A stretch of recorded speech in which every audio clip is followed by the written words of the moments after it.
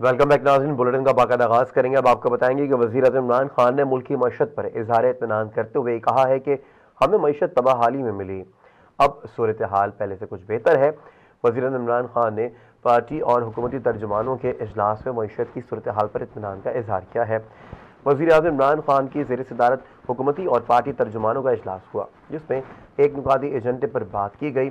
ज़राए के मुताबिक वज़ीर ख़जाना शौकत तरीन ने इजलास को महंगाई और मौशी सूरत हाल पर ब्रीफिंग दी और ये बताया कि नवंबर की निस्बत दिसंबर में महंगाई में कमी हुई है और आइंदा महीने महंगाई मज़ीद कम होगी।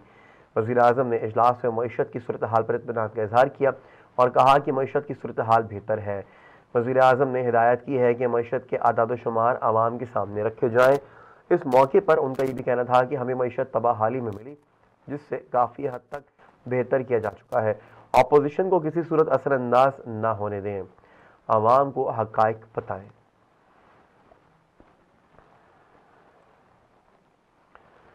वज़ीर-ए-आज़म समेत के सियासी लीडर ने कितना टैक्स दिया, FBR ने टैक्स डायरेक्टरी जारी कर दी। फेडरल बोर्ड ऑफ रेवेन्यू ने अरकान पार्लियामेंट की टैक्स डायरेक्टरी जारी कर दी है। FBR की जानिब से जारी टैक्स डायरेक्टरी साल 2019 के टैक्स गोशवारों पर मुश्तमिल है। टैक्स डायरेक्टरी साल 2019 के मुताबिक वज़ीर-ए-आज़म इमरान खान की आमदनी 4 करोड़ 35 लाख रुपए थी और उन्होंने साल 2019 में 98,54,959 रुपए टैक्स दिया। मुस्लिम नून के सदर और कायद हिज़्ब इख्तिलाफ शहबाज शरीफ की आमदनी 5 करोड़ 63 लाख रुपए थी और उन्होंने 82,42,000 रुपए टैक्स दिया। पाकिस्तान पीपल्स पार्टी के सदर आसिफ अली जरदारी की आमदनी 28 करोड़ 26 लाख रुपए थी और उन्होंने 22,18,000 रुपए टैक्स दिया। उनके अलावा चेयरमैन पीपल्स पार्टी बिलावल भुट्टो जरदारी की साल 2019 की आमदनी 3 करोड़ 81 लाख रुपए थी और बिलावल ने साल 2019 में 5,35,000 रुपए टैक्स दिया है।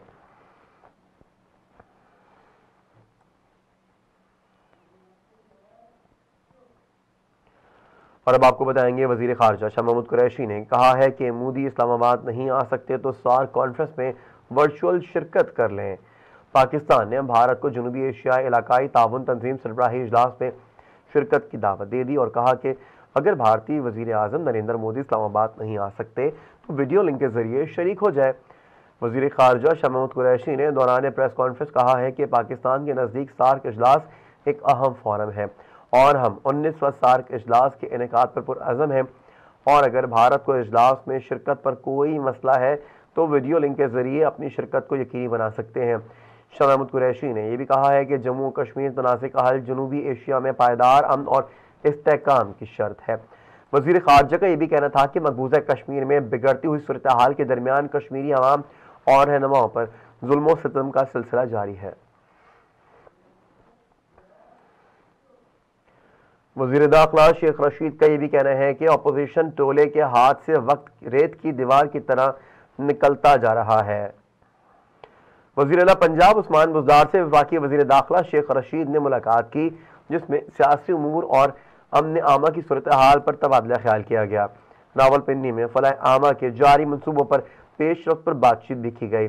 वज़ीर दाखिला शेख रशीद का यह भी कहना था कि पंजाब हुकूमत रावलपिंडी के अवाम के मसाइल को तरजीही बुनियादों पर हल कर रही है। वज़ीर दाखिला का यह भी कहना था कि वज़ीर-ए-आज़म इमरान खान की क़यादत में हुकूमत पहले से ज़्यादा मजबूत है और मुद्दत पूरी करेगी। शेख रशीद का यह कहना था कि 23 मार्च को मार्च का ऐलान करने वालों को होश के नाखून लेने चाहिए। कानून हाथ में लेने की किसी को इजाज़त नहीं दी जा सकती। अपोजिशन टोले के हाथ से वक्त रेत की तरह निकलता जा रहा है।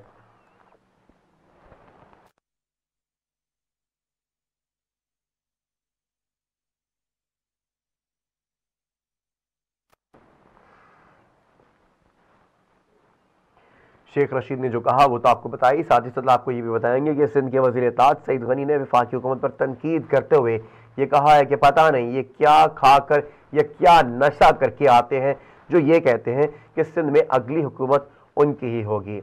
कराची में प्रेस कॉन्फ्रेंस करते हुए सईद गनी का ये भी कहना था कि एक साहब को PTI सिंध का सदर बनाया गया है। खुशी है कि जो बची कुची PTI है अब वो भी खत्म हो जाएगी। सईद गनी का ये कहना था कि PTI का सिंध से सफाया हो चुका है, लेकिन पता नहीं ये क्या खाकर क्या नशा करके आ जाते हैं जो ये कहते हैं कि सिंध में अगली हुकूमत भी उनकी ही होगी।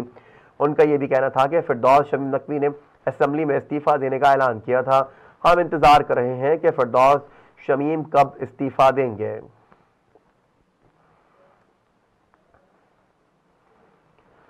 वफाकी वजीर हम्माद अजहर ने मुजम्मिल असलम को वजारत तवानाई का तर्जुमान मुकर्रर कर दिया है।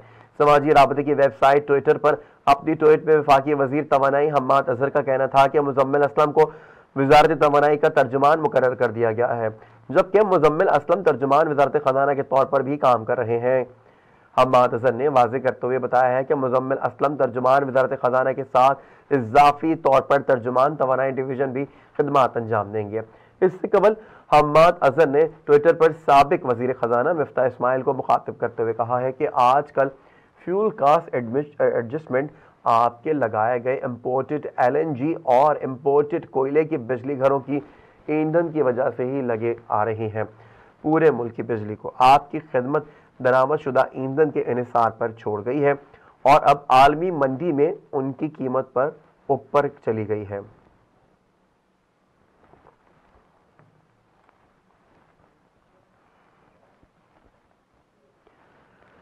नून लीग के रहनुमा ख्वाजा आसिफ ने हद तक इज्जत केस में वजीर आज़म इमरान खान पर जरा का हक ख़त्म करने का फैसला चैलेंज कर दिया है। वजीर आज़म इमरान खान ने शौकत खानम से मुताल्लिक मामलात में इल्ज़ाम लगाने पर ख्वाजा आसिफ के खिलाफ 10 अरब रुपए हर्जाने का दावा दायर कर रखा है। एडिशनल सेशन जज मोहम्मद अदनान की तरफ से वजीर आज़म इमरान खान के बयान पर जरा का हक ख़त्म कर दिया गया है। ख्वाजा आसिफ ने इमरान खान के बयान पर जरा का हक ख़त्म करने का ऑर्डर इस्लामाबाद हाई कोर्ट में चैलेंज किया। ख्वाजा आसिफ ने दरख्वास्त में एडिशनल सेशन जज और इमरान अहमद खान को फरीक बनाने हुए अदालत ने ई कोर्ट के जरिए वजीर आज़म का बयान वकील सफाई की अदम मौजूदगी में रिकॉर्ड किया। वकील ने खराबी सेहत के बायस अदालत को आगाह किया था।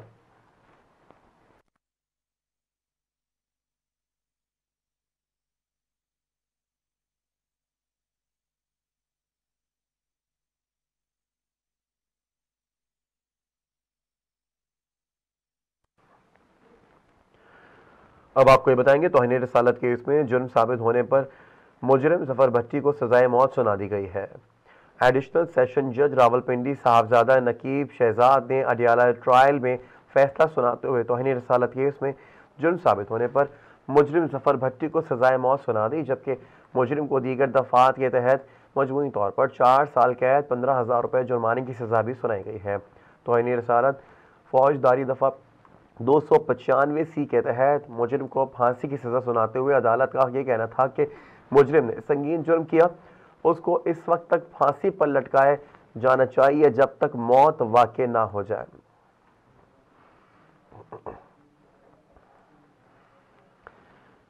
अटॉर्नी जनरल की लाहौर हाई कोर्ट आमद हुई, जहां शहबाज शरीफ के हलफनामे के तहत नवाज शरीफ की अपील पर और ज़ेर समाअत मुकदमे पर गुफ्तगू हुई है। Attorney general barrister Khalid Javed ने लाहौर हाई कोर्ट में वफाकी हुकूमत के लॉ अफसरान से मुलाकात की। ज़राए के मुताबिक मुलाकात में शहबाज शरीफ के हलफनामे के तहत नवाज शरीफ की अपील पर गुफ्तगू हुई, जबकि वफाक के ज़ेर समाअत मुकदमात के मुतालिक भी तबादला ख्याल किया गया। ज़राए ने यह भी बताया है कि अटॉर्नी जनरल ने लॉ अफसरान को हिदायत की है कि केसेस की भरपूर तैयारी करके अदालतों में पेश हों और ज़ेर इल्तवा केसेस जल्द निपटाने की कोशिश करें।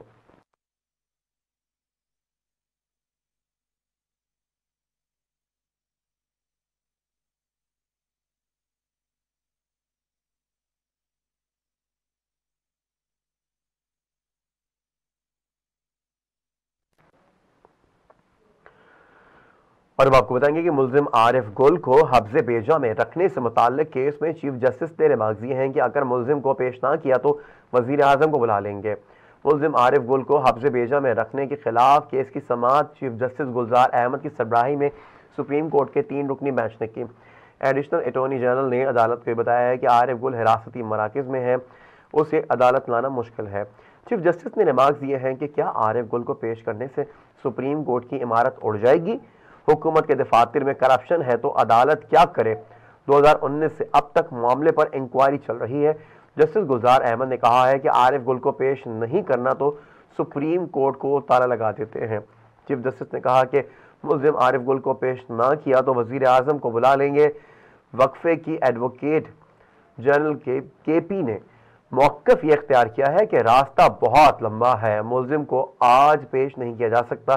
सुप्रीम कोर्ट ने मुल्जिम आरिफ गुल को कल अदालत में पेश करने का हुक्म देते हुए केस की समाअत मुलतवी कर दी।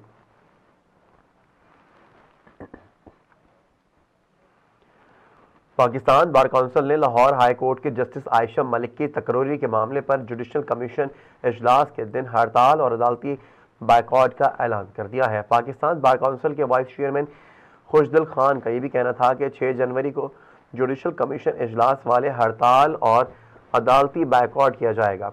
उनका यह भी कहना था कि समझ से बालातर है जस्टिस आयशा मलिक को लाने का मकसद क्या है। एक के बजाय 3 खवातीन जजेस सुप्रीम कोर्ट लाएं, मगर सीनियरिटी के मुताबिक लाएं। वाइस चेयरमैन का यह भी कहना था कि चीफ जस्टिस कह चुके हैं कि जजेस तकरीरी का मामला नए जस्टिस पर छोड़ देना चाहिए।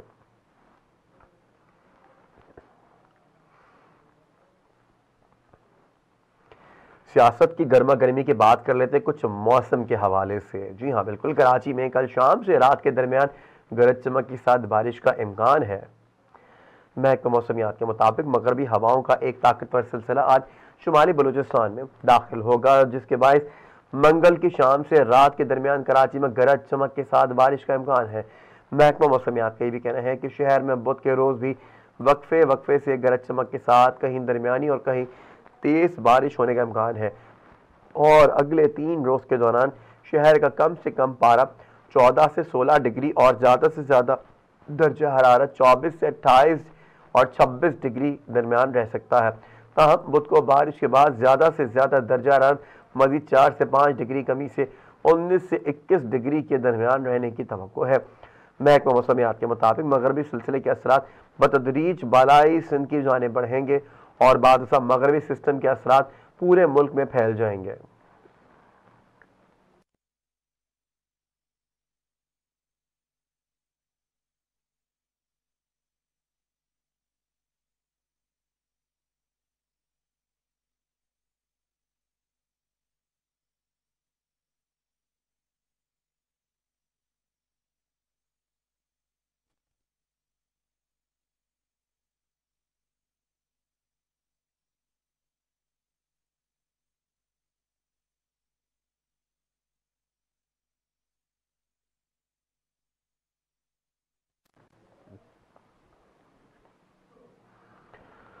और अब आपको बताएंगे कि सिंध के नामवर अदीब, कौमी दानिश्वर, शायर, कहानीकार, मौसीकी की पहचान रखने वाले सीनियर कौम परस्त रहनुमा मरहूम रसूल बख्श दर्स की पहली बरसी की तकरीब जम्पर में मना ली गई है।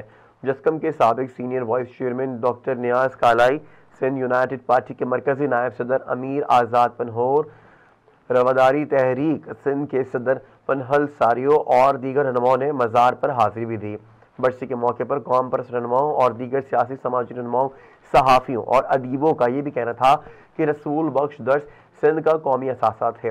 वो सिंध धरती और GM सैयद के सच्चे आशिक थे और ज़िंदगी की आखिरी घड़ी तक अपना इश्क निभाते रहे। रहनुमाओं ने मज़ीद ये भी कहा कि अब जम्पेर की पहचान रसूल बख्श दर्स बन गए हैं, जो केंजर झील पर बैठकर पैगाम सिंध और पैगाम सैयद की तबलीग करते थे। प्रोग्राम में महफिल मौसीकी का भी इंतज़ाम किया गया था, जिसमें सिंध के नामवर सूफ़ी और कौमी फ़नकारों ने मरहूम को खराज अकीदत भी पेश किया।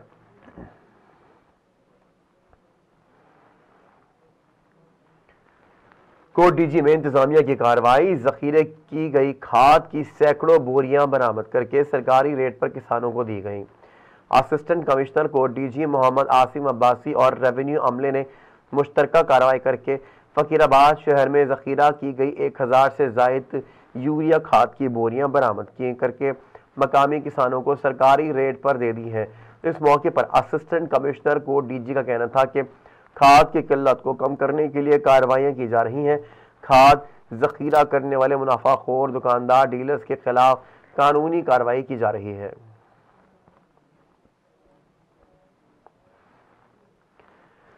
नायब अमीर जमात इस्लामी पाकिस्तान लियाकत बलोच की पहाड़ी वाली की रेप का शिकार होने वाली लड़की के घर आमद, गम से निढाल बाप की वफात पर ताज़ियत की और लड़की के भाई को इंसाफ की फरहमी तक ताउन की मुकम्मल यकीन दहानी भी करवाई। लियाकत बलोच ने मीडिया से गुफ्तगू करते हुए कहा कि मुतासिर लड़की के साथ होने वाली ज्यादती की शदीद अल्फाज में मजम्मत करते हैं।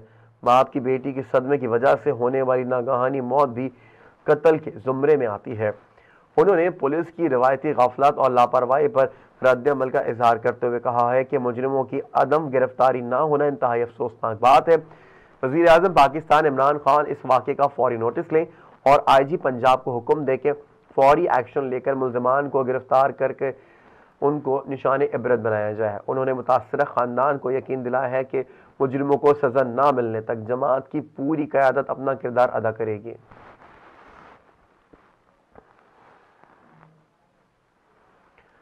अब आपको बताएंगे मतदान में बल्दियाती इलेक्शन के बाद आवाम की मुश्किलात में कमी ना आ सकी। नवाई इलाका जलाल कले हसनाबाद पुल 3 महीने से टूट फूट का शिकार, ट्रांसफार्मर भी 5 दिन से खराब पड़ा है। इलाका मकीन अपनी मदद के तहत आपके तहत पुल और ट्रांसफार्मर की मरम्मत करने पर मजबूर है। न्याज महमद की रिपोर्ट मुलाहिजा कर लेते हैं।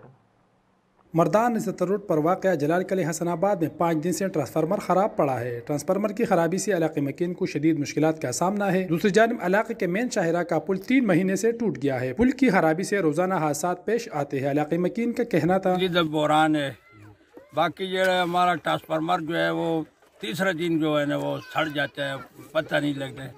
2-4 बार हमने उसको बना के दे दिया, फिर भी वो सड़ जाता है। रोड बंद करेंगे ना, ये रिंग रोड हम बंद करेंगे इंशाल्लाह, कि हमारा काम ना हुआ तो। जी मसला तो पहले ये है कि 3-4 दिन से हमारा ट्रांसफार्मर जल गया है, तो यहाँ जो मसाइल है बहुत ज़्यादा है।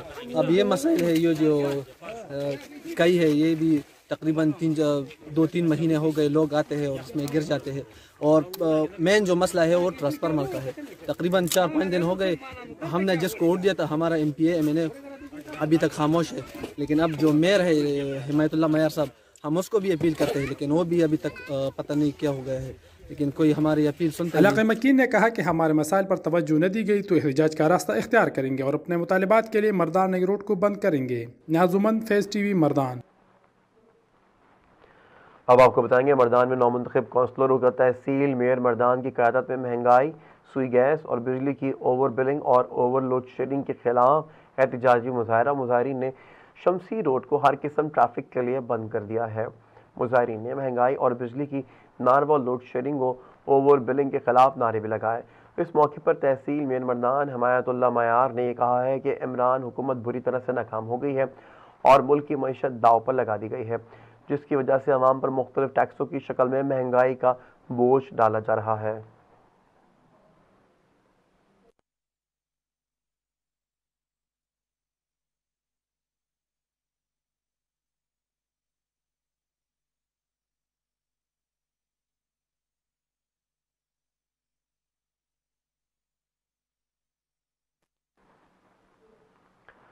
मर्दान के बाद रुख कर लेते तेमर गिरा का, जहां खूनगी के मकाम पर अलकलम एजुकेशन अकेडमी एंड कॉलेज की फ्लाइंग कोच में आग लग गई है। कोच में स्कूल के 18 बच्चे सवार थे। कोच के ड्राइवर के इस्तिकामत और बर वक्त इकदाम की वजह से तमाम बच्चों को बचा लिया गया और कोई जानी नुकसान नहीं हुआ। फायर फाइटर टीम ने ट्रैफिक के बावजूद बर वक्त रिस्पॉन्स करके मौके पर पहुँच कर पेशेवराना महारत से आग पर मुकम्मल तौर पर काबू पा लिया।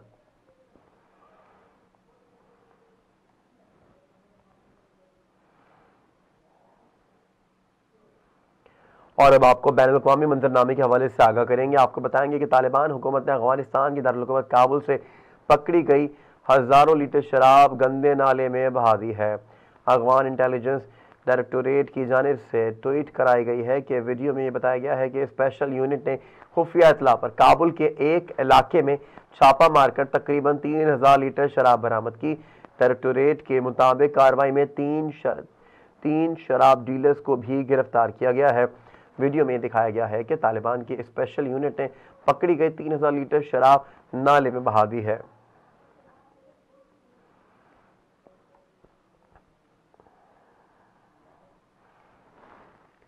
रुक कर लेते हैं खेलों के मैदान का। आपको बताएंगे कौमी क्रिकेट टीम के wicket keeper batter Mohammad Rizwan Afghanistan की आवाम की मदद के लिए पाक अफगान सरहद पहुंच गए हैं। जी हाँ, क्रिकेटर्स ने अपने ट्विटर अकाउंट पर तस्वीर शेयर की और लिखा कि इस वक्त अफगानिस्तान की बहादुर आवाम को हमदर्दी मदद की शदीद ज़रूरत है।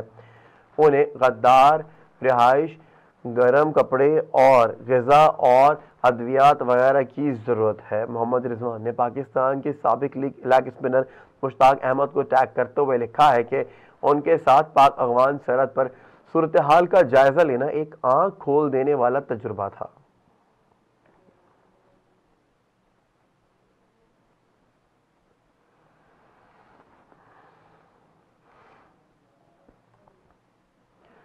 और नाज़रीन, अब शोबिस की दुनिया से आपको बताएंगे कि लंदन में पाकिस्तान के मारूफ लोक गुलकार अताउल्लाह ईसा खेलवी का कॉन्सर्ट बदनज़मी का शिकार हो गया है, जिसके बाद गुलकार शो छोड़कर चले गए। पाकिस्तान के मारूफ लोक गुलकार अताउल्लाह ईसा खेलवी का कॉन्सर्ट बदनज़मी का शिकार हो गया। गैर मुल्की खबर रसा इदारे के मुताबिक अताउल्लाह ईसा खेलवी के मैनचेस्टर में होने वाले कॉन्सर्ट में पाकिस्तानी कम्युनिटी के अलावा बच्चों और फैमिलीज की बड़ी तादाद भी शरीक थी। कॉन्सर्ट के दौरान शायकीन और सिक्योरिटी गार्ड्स के दरमियान झड़प का वाकया भी पेश आया, जिसके नतीजे में कॉन्सर्ट बदनज़मी का शिकार हुआ।